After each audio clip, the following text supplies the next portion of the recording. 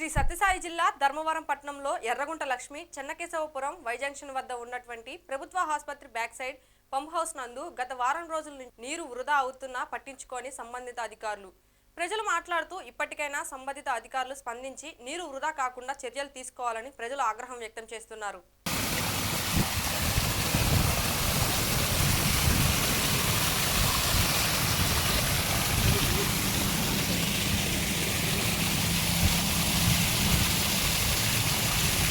తమ్మాపురంలో current ఉంటుంది, అక్కడ వచ్చే నీళ్లు కరెంటు పోయినా కానీ ఒక అర్ధ గంట సేపు పాసింగ్ వస్తాయి. ఇక్కడ సప్లై లేదు, సప్లై వస్తే 2 నిమిషాలు కూడా ఉండవు. ఇప్పుడు గంట సేపు అవుతుంది కదా మేము చూడబట్టి, ఎందుకు అట్లా అక్కడి నుంచి వచ్చేటివన్నీ ఇన్ని నీళ్ళు వృధా అవుతున్నాయి కదా,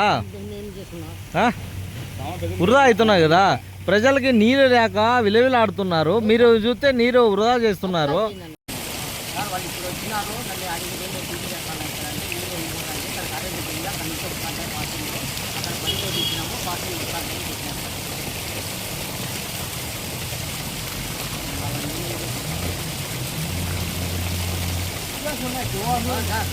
నుంచి మాకు విలువలు ఉన్నాయి.